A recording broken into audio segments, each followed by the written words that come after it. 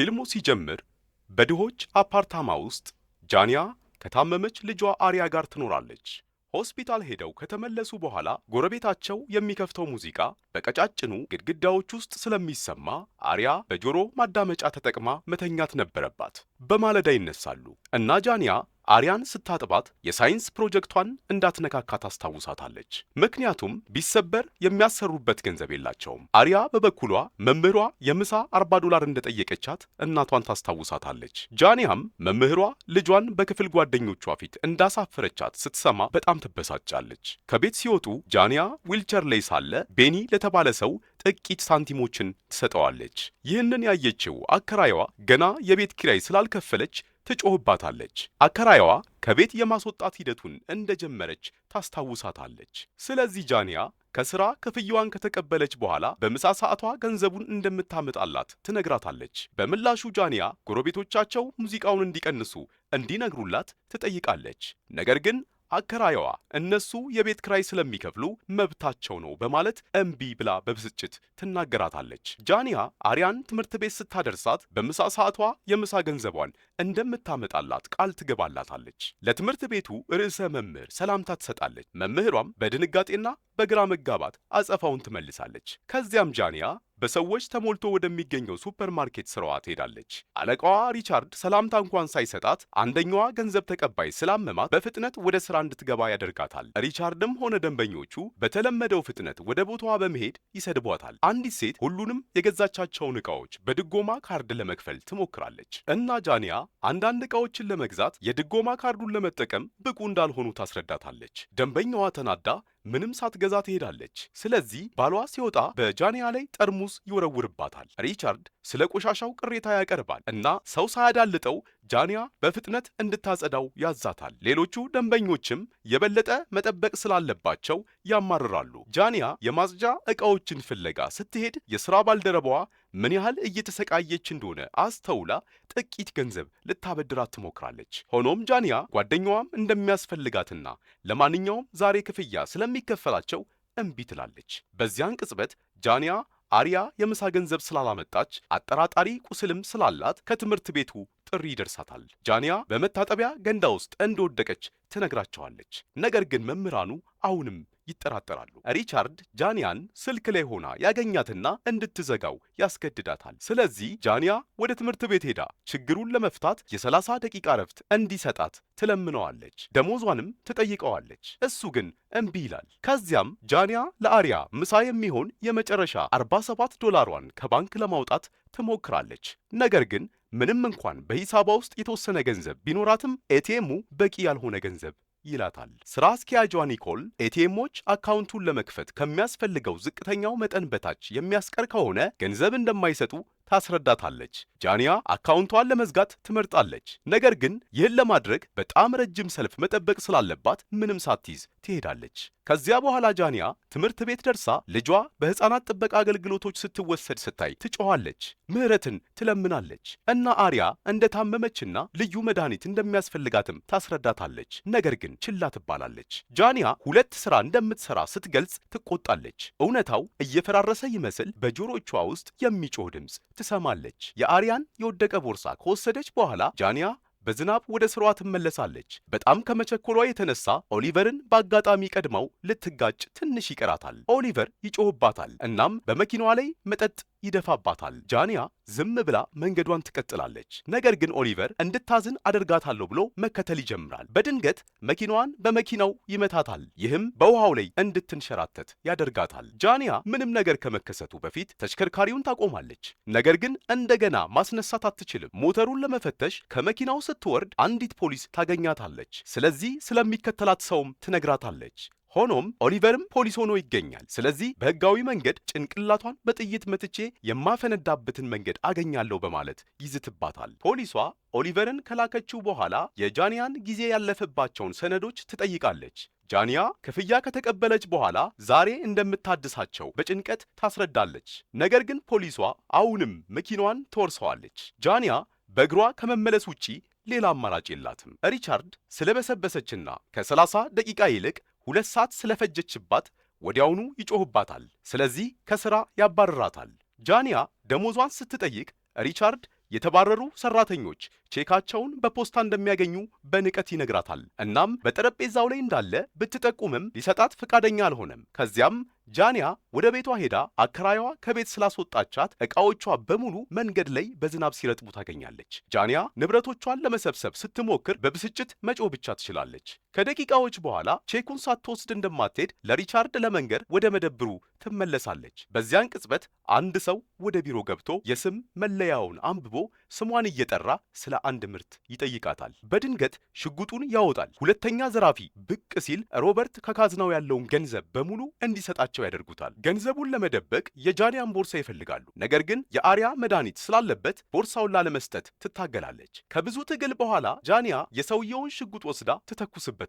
ስለዚህ ሌላኛው ዘራፊ ይሸሻል። ሮበርት ይጮህባታል። እናም ዘራፊው ስሟን ስላወቀ ይህን ያቀናበረችው እሷ እንደሆነች ይከሳታል። ስለዚህ ለፖሊስ ይደውላል። በጭንቅላቷ ውስጥ በተዘበራረቀ ሁኔታ ውስጥ ሆና ጃንያ የሮበርትን ጩኸት ሁሉ መቋቋሟን ትቀጥላለች። በመጨረሻም ተቆጥታ እሱንም ትተኩስበታለች። ከዚያ በኋላ ጃንያ ቼኳን ይዛ ገንዘቡን ለማውጣት ወደ ባንክ ትጣደፋለች። የጥበቃ ሰራተኛው እንደዘጉ ይነግራታል። ነገር ግን ኒኮል አዝናለት እንድትገባ ትፈቅድላታለች። እንዳለመታደል ሆኖ ገንዘብ ተቀባይዋ መታወቂያ ትጠይቃለች እና ጃንያ ፖሊሷ ሁሉንም ሰነዶቿን ከመኪናዋ ጋር ስለወሰደችባት መታወቂያ የላትም። ሁኔታውን ታስረዳለች። ነገር ግን ሰራተኛዋ ልትረዳት ፈቃደኛ አልሆነችም። ስለዚህ ጃንያ እንደገና ተቆጥታ አሁንም ሽጉጥ እንዳላት ትገልጻለች። ገንዘብ ተቀባይዋ የአደጋ ጊዜ ቁልፉን ትጫናለች እና ብዙም ሳይቆይ ኒኮል ከባለስልጣናት ጥሪ ይደርሳታል። ኒኮል የጃንያን ሁኔታ አጋና ትገልጽላቸዋለች። ጃንያ የአሪያን የሥነ ጥበብ ፕሮጀክት በቦርሳዋ ይዛለች።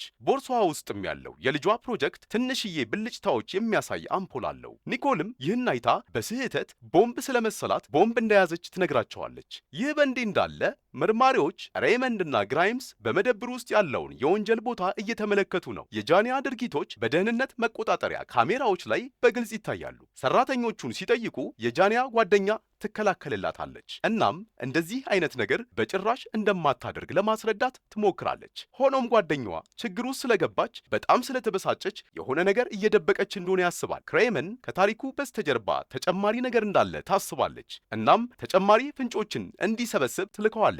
በመቀጠል መርማሪዎቹ የጃንያን አከራይ በመንገድ ላይ ዕቃዎቿን እየተመለከቱ ይጠይቋታል። የአሪያን መድኃኒት ያገኛሉ እና ቤኒ ልጅቷ እንደታመመች ያስረዳል። እሱም ስለ ጃንያ ጥሩ ነገር ይነግራል። መርማሪዎቹ አፓርታማውን መፈተሽ ይፈልጋሉ።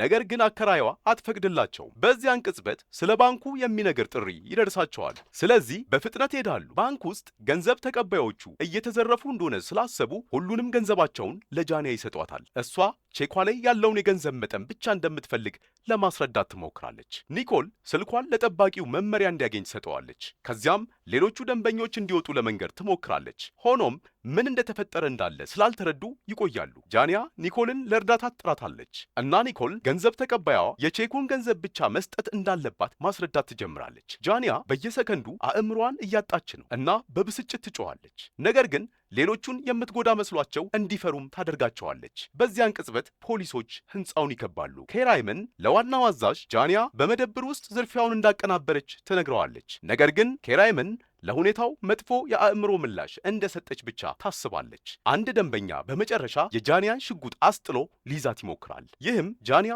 በአጋጣሚ ወደ አየር እንድትተኩስ ያደርጋታል። ሁለቱም ደንበኛውና ጠባቂው ደንግጠው ከህንፃው ወጥተው ይሮጣሉና ፖሊሶችም ይከቧቸዋል። ደንበኛው ሽጉጡ በአጋጣሚ ብቻ እንደተተኮሰ ያስረዳል እና ጠባቂውም ምንም ማድረግ ባለመቻሉ ያማርራል። ገንዘብ ተቀባዮቹ እያለቀሱና እየተደበቁ ነው። ስለዚህ ጃንያ የልጇን የምሳ ገንዘብ ብቻ እንደምትፈልግ እየተናገረች ትጮህባቸዋለች። በቴሌቪዥን ላይ የምትታየው ዘጋቢ ስለ እሷ እያወራች መሆኑን ስትገነዘብ ትደነግጣለች። ባንኩን እየዘረፈች እንዳለና አለቃዋንም ጭምር እንደገደለች ይናገራል። ዋናው አዛዥ ወደ ባንክ ይደውላል። ነገር ግን ጃንያ ፖሊስ መሆኑን ስትሰማ ስልኩን ትዘጋዋለች። ከዚያም ተደራዳሪው በልዩ መኪና ይደርሳል። ነገር ግን ኬራይመን ዋናውን አዛዥ ጃንያ ከሌላ ሴት ጋር ለመነጋገር የበለጠ ግልጽ እንደምትሆንና እሷም የመደራደር ልምድ እንዳላት ያሳምነዋል። ኬራይመን እንደገና ወደ ባንክ ትደውላለች። እናም ኒኮል በስፒከር ላይ እንድታደርገው ታደርጋታለች። ስለ ተኩሱ ትጠይቃታለች እና ጃንያ በአጋጣሚ የተፈጠረ እንደነበር ስትገልጽ ትደነግጣለች። ባንኩን ለመዝረፍ እየሞከረች እንዳልሆነ ተረድታ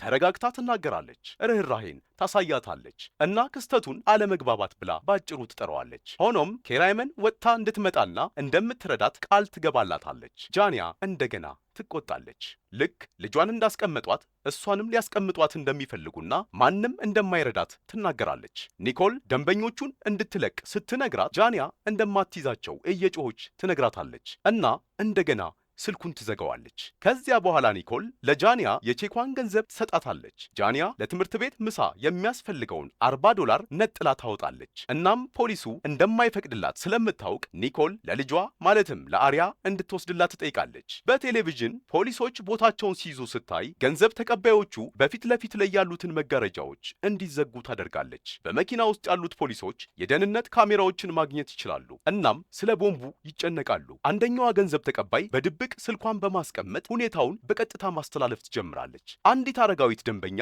መቀመጥ እንዳለባት ስትናገር ጃንያ ወዲያውኑ ኒኮል ወንበር እንድታመጣላት ታደርጋለች። ሌሎቹ ደንበኞች እንድትለቃቸው ይጠይቋታል። ነገር ግን ጃንያ ብቻዋን ስትሆን ፖሊስ እንደሚተኩስባት እርግጠኛ ነች። ሁለቱ ደንበኞች ለማምለጥ ይሮጣሉ። ስለዚህ ጃንያ ኒኮል በሩን እንድትቆልፍ ታደርጋለች። በዚያን ቅጽበት የአሪያ የሳይንስ ፕሮጀክት መጮህ ይጀምራል። የዚህ ጊዜ በስህተት ቦምብ መስሏቸው ስለነበር ኒኮልና ፖሊስ ሁሉም ነገር እንዳለቀ ያስባሉ። ነገር ግን ጃንያ ዝም ብላ ታጠፋቸዋለች። ማሰብ አለብኝ ብላም ጃንያ ወደ አንዱ ቢሮ ትሄዳለች። ገንዘብ ተቀባዮቹ እድሉን ተጠቅመው መውጣት ይፈልጋሉ። ነገር ግን ኒኮል ጃንያ እንዴት ምላሽ እንደምትሰጥ ስለማያውቁ እንዳይንቀሳቀሱ ትነግራቸዋለች። ቀኑን ሙሉ መቆም ምን እንደሚመስል እንደምታውቅ ገልጻ ለሁሉም ሰው ወንበሮችን ይዛ ትመለሳለች። ኬራይመን ይህንን አይታ ለዋናው አዛዥ እውነተኛ ወንጀለኞች ይህን ያህል ጥሩ እንዳልሆኑ ትነግራቸዋለች። አንድ ፖሊስ ወደ መኪናው ገብቶ የባንኩን ንድፍ እንዳገኙ ይናገራል። ስለዚህ የጭስ ቦምቦችን ተጠቅሞ መግባት ይፈልጋል። ሆኖም ዋናው አዛዥ በቦምቡ ምክንያት አደጋ ላይ መውደቅ አይፈልግም። አንዳንድ ፖሊሶች ኤፍቢአይን መጥራት አለባቸው ብለው ያስባሉ።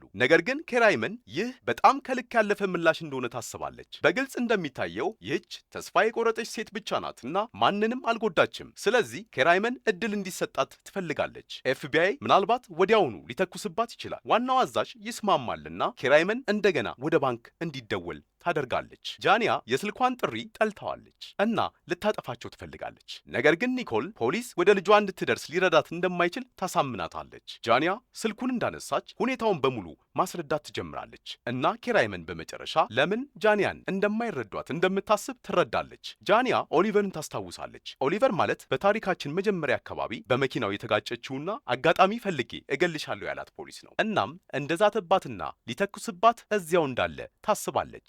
በመደብሩ ዝርፊያ ወቅት በእርግጥ ምን እንደተፈጠረ፣ በቼኳ ላይ የነበረውን ችግር፣ የልጇን መድኃኒትና ቁስል፣ ሁለቱን ስራዎቿን፣ ከቤት መባረሯንና ሌሎች የከፋ ሕይወቷን ዝርዝሮች ትጠቅሳለች። የገንዘብ ተቀባዩዋ ስልክ አሁንም በቀጥታ እየተላለፈ ስለሆነ ቪዲዮው ቫይራል ሆኖ ይታያል። እናም በመላው ከተማ ያሉ ሰዎች ለእሷ ማዘን ይጀምራሉ። ኬራይመን እያለቀሰች በተመሳሳይ ሁኔታ ውስጥ እንዳደገች በመግለጽ መረዳቷን ታሳያለች እና እንደምትረዳት ቃል ትገባለች። ነገር ግን ወጥታ እንድትመጣ ትነግራታለች። ይህ ሁኔታ ጃንያን እንደገና እንድትቆጣ ያደርጋታል። እናም ውጭ ፖሊሶች እስካሉ ድረስ እንደማትወጣ ትናገራለች። ዋናው አዛዥ ጃንያ እየተቀረጸች መሆኑን ሲያውቅ ሰዎች ስርጭቱን እንዲያቋርጡ ያዛል። በተመሳሳይ ጊዜ ጃንያ የደህንነት ካሜራዎቹ እንደበሩ ተገንዝባ ኒኮል ወደ ማብሪያው እንድትወስዳት ትጠይቃለች። አንደኛዋ ገንዘብ ተቀባይ እድሉን ተጠቅማ ለመውጣት ትሞክራለች። ነገር ግን በሩ ተቆልፏል። ጃንያ ሁሉንም ካሜራዎች ታጠፋለች። ይህም ፖሊሶች ምን እየተፈጠረ እንዳለ የሚያውቁበት መንገድ እንዳይኖራቸው ያደርጋል። ከዚያም ትመለሳለችና ሌሎቹ የመታጠቢያ ቤት እንደሚያስፈልጋቸው ይነግሯታል። ስለዚህ ጃንያ አንድ ባንድ እንዲሄዱ ትፈቅድላቸዋለች። ውጭ ኬራይመንና ቢል ስርዓቱን እየፈተሹ ነው። ነገር ግን ጃንያን ያጠቃውን ፖሊስ ማግኘት አልቻሉም። ሰዎች ለጃንያን ፍትህ ለመጠየቅና በነፃ እንድትለቀቅ ከፖሊስ ጀርባ መሰብሰብ ጀምረዋል። ወደ ባንኩ ስንመለስ አንደኛዋ ገንዘብ ተቀባይ ጃንያ እንደ ንጹህ በመታየቷ ትበሳጫለች። ኒኮልና አሮጊቷ ሴት ይቆጧታል። ከዚያም ኒኮል ጃንያ እንደ በረዳት አስተውላ የአየር ማቀዝቀዣውና ማሞቂያው መሳሪያው ካሜራዎቹን ሲያጠፉ አብሮ እንደጠፋ ገልጻላት ጃኬት ልትሰጣት ወደ ቢሮው ይሄዳሉ። እናም ጃንያ በጠረጴዛው ላይ የቤተሰብ ፎቶ እያየች ጃኬቱን ትለብሳለች። ስለ ልጆቹ ጉዳይም ይወያያሉ። እና ኒኮል ጃንያ ጥሩ እናት እንደሆነች ታረጋግጥላታለች። ይህን ወደ ባንኩ በመጣች ቁጥር ስላየቻት ታውቃለች። እንድትረዳት ልታሳምናት ትሞክራለች። ነገር ግን ጃንያ አሁንም ኦሊቨርን ትፈራለች። ምሽት ላይ ኤፍቢአይ ሲደርስ ጃንያ ስለ ጫጫታው ትጨነቃለች። ጃንያ ኒኮልን ወደ በሩ ልካ እንድትመለከት ታደርጋለች። እናም ህዝቡ ጃንያን ፍቱ እያለ እንደሚጮህ ይረዳሉ። በዜና ላይ ህዝቡ ስሟን በትልልቅ ምልክቶች መብቷን እንዲከበር ሲጠይቅ ማየት ቻለች። አንዲት ዘጋቢ ከሰልፈኞቹ ጋር ትነጋገራለችና ቤኒም እዚያው አለ። ጃንያ ምንም ሳይኖራት ሁል ጊዜ እንዴት እንደረዳችው ይናገራል። ዋናው አዛዥ በቁጥጥር ስር እንዲያውሏትና ጃንያ በሰላም እጇን እንደምትሰጥ ኤፍቢአይን ለማሳመን ይሞክራል። ነገር ግን አይሰሙም። ገንዘብ ተቀባዮቹ ያለ አየር ማቀዝቀዣ ምን ያህል እንደሚሞቅ ያማርራሉ። እናም ጃንያ በየቀኑ የምትተኛበት ቤት የሙቀት መጠን ይህን ያህል እንደሆነም ትናገራለች። አሮጊቷ ሴት አንዳንድ ጣፋጭ ቃላትን ስትናገር ጃንያ ለሁሉም ነገር ይቅርታ ትጠይቃለች። እናም ልጇ ሆስፒታል በነበረችበት ጊዜ በውስጧ የሆነ ነገር እንደተሰበረ ታስረዳታለች። ኢንሹራንስ ስለሌላት ዶክተሮች ያለ ጊዜው በተወለደችበት ጊዜ እንኳን አሪያን በደንብ አላስተናገዷትም። ጃንያ የልጇ የማደጎ እንክብካቤ ህመሟን እንደማይረዳው ስለምታውቅ ለልጇ ለአሪያ ባይሆን ኖሮ እስር ቤት መግባትን አትጠላም ነበር። ኒኮል ጃንያ በሰላም እጇን ብትሰጥ ልጇ አሪያን እንደምትንከባከባት ቃል ትገባለች። በዚያን ቅጽበት አሮጊቷ ሴት ጥሩ ስሜት እንደማይሰማት አስታውቃ የስኳር ህመምተኛ መሆኗን ትገልጻለች። ጃንያ ኒኮል እንድታወጣት ትፈቅዳለች። በሚቀጥለው ጊዜ አንድ ሰው ወደ ባንክ ሲደውል ኤፍቢአይ ነው። ከኬራይመን ጋር እንድትነጋገር አይፈቅዱላትም። ስለዚህ እንደገና መቆጣት ትጀምራለች። እናም ስልኩን ለኒኮል ትሰጣለች። በዚያን ቅጽበት የሳይንስ ፕሮጀክቱ እንደገና መጮህ ይጀምራል እና ኒኮል ጥሪው ቦምብ እንደሆነ በማሰብ ስልኩን ትዘጋዋለች። ጃንያ ጩኸቱን ታጠፋለች። እናም የሳይንስ ፕሮጀክቱ የልጇ እንደሆነ ትነግራቸዋለች። ይህም ኒኮልንና ገንዘብ ተቀባዮቹን እፎይታ ይሰጣቸዋል። ቦምብ መስሏቸው እንደነበር ያስረዳሉ። እናም ጃንያ በመጨረሻ ፖሊሶችና ኤፍቢአይ ለምን እንዲህ እንደሚያደርጉ ትረዳለች። አንዲት ገንዘብ ተቀባይ ሊፕስቲኳን ተጠቅማ በመስኮቱ ላይ መልእክት ትጽፋለች። ቦምቡ እውነት አይደለም፣ አንድ ሽጉጥ ብቻ ነው ያላት። ጃንያ ኒኮል ለፖሊስ እንድትደውልና አለመግባባቱን እንድታብራራ ትነግራታለች። ነገር ግን ኒኮል ቦምቡ ወኪሎችን እንዳይገቡ የሚከላከልላቸው ብቸኛው ነገር እንደሆነ ስለምታስብ እምቢ ትላለች። በምትኩ ሁሉም ያለ ቦርሳ መውጣት አለባቸው ብላ ታስባለች። ይህ በእንዲህ እንዳለ ኬራይመን ጃንያን ያስፈራራትን ፖሊስ ታገኛለች። መጀመሪያ ላይ ምንም አይነት ዝርዝር መረጃ ስላልነበራት ከኦሊቨር ጋር አባሪ የነበረችውን ፖሊስ ስለ ኦሊቨር አስፈራርታ እንድትናዘዝ ታስገድዳታለች። የተናደደችው ኬራይመን ወደ ኦሊቨር በመሄድ ፊቱን በቦክስ ትመተዋለች። በዚህም ድርጊቷን ሲመለከት በነበረው ህዝብ ከበሬታን ታገኛለች። ዋናው አዛዥ ያደረገውን ሲሰማ ኦሊቨርን ይዞ ይሄዳል። በመኪና ውስጥ ያለው ስልክ እየጮኸ ነው እና ኤፍቢአይም መልስ ለመስጠት ፍቃደኛ አልሆነም። ሁለቱም ኬራይመንና ዋናው አዛዥ ስለሰለቻቸው ኬራይመን ጥሪውን ትቀበላለች። ኦሊቨርን እንዳሰሩት ለጃንያ ትነግራታለች። ነገር ግን ጃንያ ማረጋገጫ ትፈልጋለች። ፎቶ ከላኩላት ያለ ሽጉጥ ወይም ቦርሳ ትወጣለች።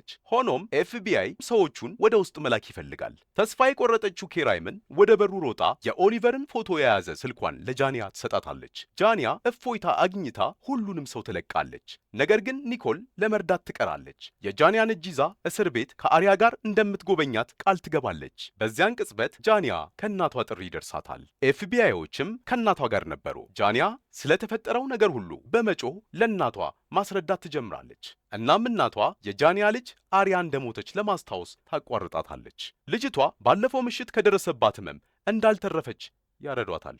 እናም ጃንያ የእሷን መኖር አምና ተቀብላ ነበር። እናም ከትምህርት ቤቱ የተደረገውን ጥሪና የማህበራዊ አገልግሎቶች አሪያን ሲወስዷት በቅዠት ስታይ እንደነበር ታወቀ። ኒኮል በፖሊስ በስልክ ተነግሯት ነበር። ነገር ግን ሁኔታውን ላለማባባስ ምንም አልተናገረችም። ጃንያ ይህንን ለመቀበል ስትሞክር ኤፍቢአይ ጃንያ ላይ ለመተኮስ በሮችና የጣራውን መግቢያ ሰብሮ ይገባል። ጃንያንም ተኩሰው ይጥሏታል። ሆኖም ይህ ደግሞ ቅዠት ነው እና ኒኮል ከቅዠቱ እንድትወጣ ትረዳታለች። ከዚያ በኋላ ኒኮል ጃንያን እጆቻቸውን ወደ ላይ አድርገው ከህንፃው እንዲወጡ ትመራቸዋለች።